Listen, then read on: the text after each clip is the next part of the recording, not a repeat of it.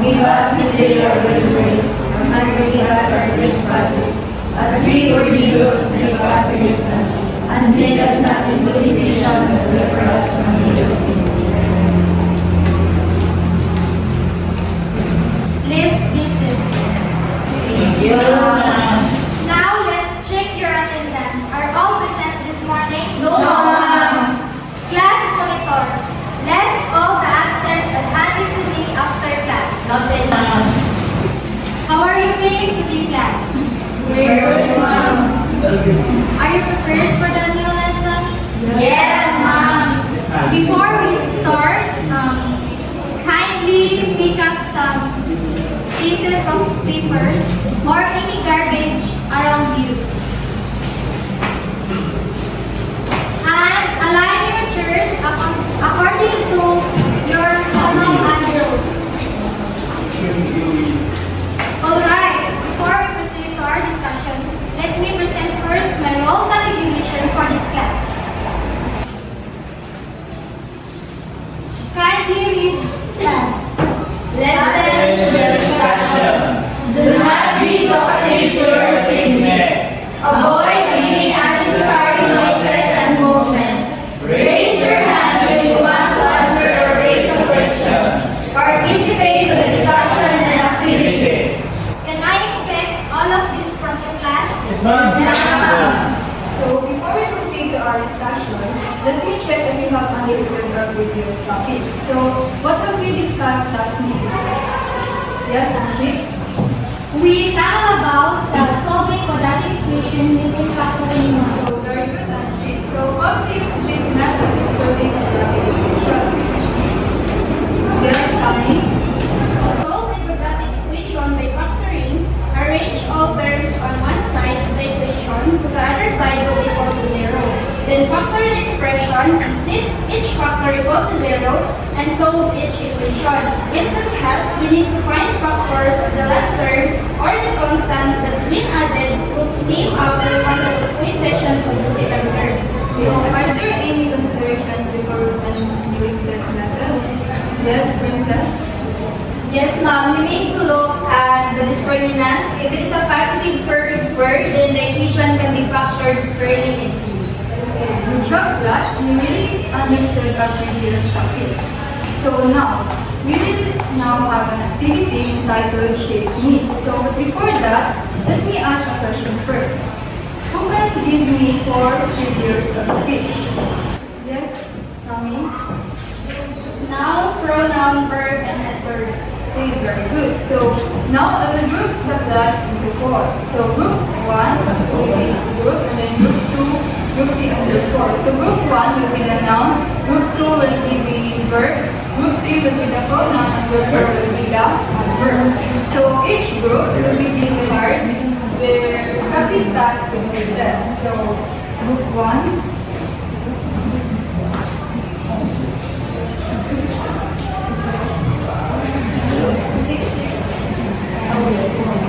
So, along in that part, the respective task is written. And along with the task, standard form is written on it as a guide to accomplish the task. So, the standard form is x raised to n plus nx plus n. And the n for the first term is represented by a circle. The n for the second term is represented by a triangle and a square for the last term. So, the number of shapes will determine the value of n per term. The first group to raise their hand and answer will be hailed as the winner. Are you ready, class? Yes, ma'am. Okay, your time starts and 3, 2, 1, and go! Okay, group 2. X squared plus 3x minus 1. Okay, very good. So the winner is group 2. So let's give them a hand of applause. Let us give the other groups a chance to present their output. So let's start with group 1.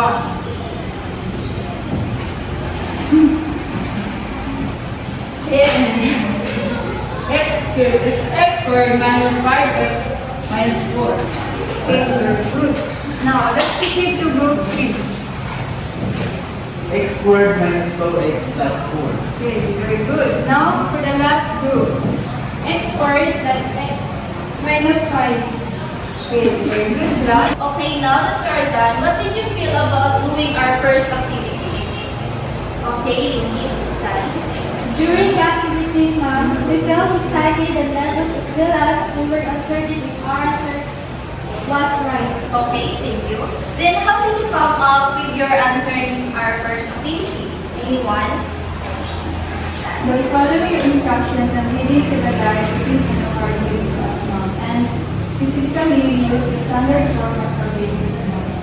Okay, thank you. Before we start our discussion, let me first present to you our objectives for this lesson. So, kindly everyone. Objectives. At the end of the lesson, the students are expected to describe the quadratic formula, appreciate the real-life applications of quadratic formula, and solve quadratic-related real-life problems using quadratic formula. Okay, thank you. So, what did you notice about the activity? Samantha? I noticed that all expression has a similar structure consisting of 3 terms. Most especially, I noticed that the first term of all equations has a degree of 2. Okay. So, what do you call the equation? 1. Okay. Quadratic equation, ma'am. Okay, thank you. Okay, so this time we're going to discuss about solving quadratic equation using quadratic formula. Okay, so are you all ready? Yes, ma'am. Okay, so the fourth method of solving quadratic equation is by using quadratic formula. So it is important that you all already know the standard form as well as the A, B, and C of the quadratic equation. So now, who can give the standard form of the quadratic equation? Yes, Angel? Ma'am, it is equal to a squared plus b plus c is equal to 0. Okay, very good. Okay, so by completing the quadratic equation or the square root of quadratic equation, which is the ax squared plus bx plus c is equals to 0, or a is not unequal to 0, the formula can be developed and it will result a solution to the quadratic equation. So now, the formula is called quadratic formula. So this is the quadratic formula. So everybody please read. X squared plus bx plus c is equal to 0. X is equal to negative b plus c minus negative b squared minus 4ac over 48. Okay, now describe the quadratic formula. Yes, Joy? The a, b, and c are the coefficients in an arbitrary standard form of the equation. Okay, very good. So class, we have 5 steps in solving quadratic equation using quadratic formula.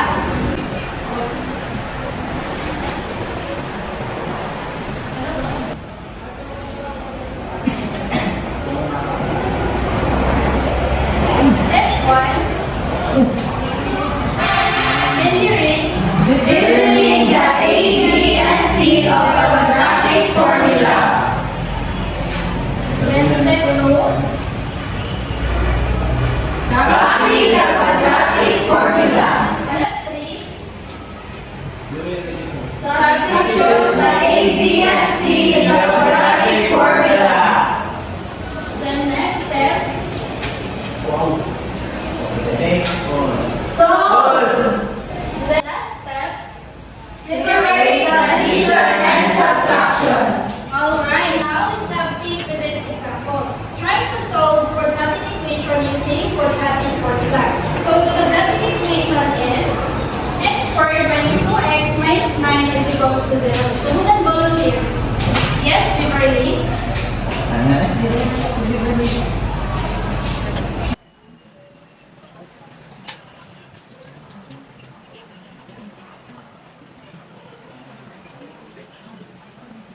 So do you have the same answer with Miss Beverly? Yes, ma'am. Okay, so now let's give her a very good clap. 1, 2, 3, 1, 2, 3, very good, very good, very good. 1, 2, 3, 1, 2, 3. Very good, very good, very good. Okay, is there any clarification? No, ma'am. Very good. Okay, class, get one sheet of paper and answer these following problems. Direction. Solve the following by using quadratic formula. Number 1, consider a person throwing a baseball 10 meters above the ground. The baseball will reach its peak height and fall back to the ground.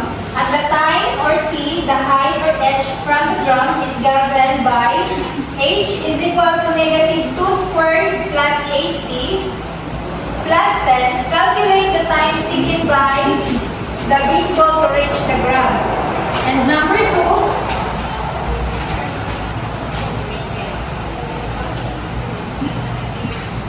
the combined area of the three window panes and frame shown is 924 inches squared.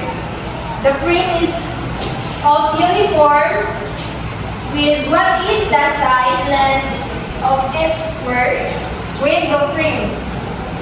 So I will give you 10 minutes to answer these problems. Am I clear, class? Yes, ma'am. Okay, so your time starts now.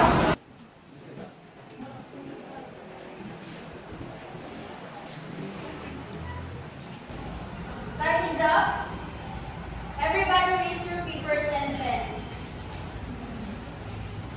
Okay, put it down. Pass your papers in front.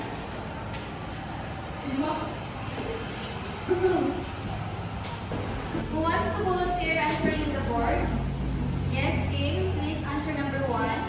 And Wojen, please answer number 2.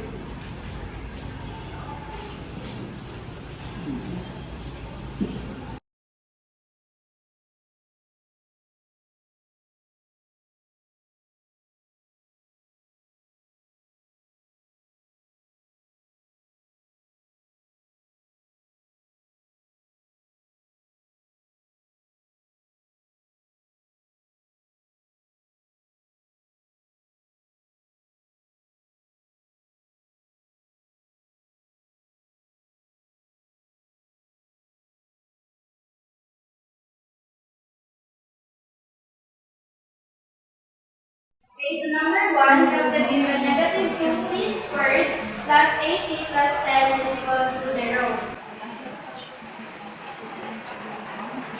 So we have now the roots t is equals 5 and t is equals negative 1. So since our t is negative 1, so it's not possible. Since the time can be negative. Therefore, the time taken by the baseball to reach the ground is after 5 minutes. Okay, let's give her a good job clap. Good job clap is G-O-O-D-G-O-E. Good job. Good job. Okay, class. Stand. Good job clap. J-O-O-D-G-O-E. Good job. Good job. Okay, thank you. This is down. And Wojen, please explain number 2.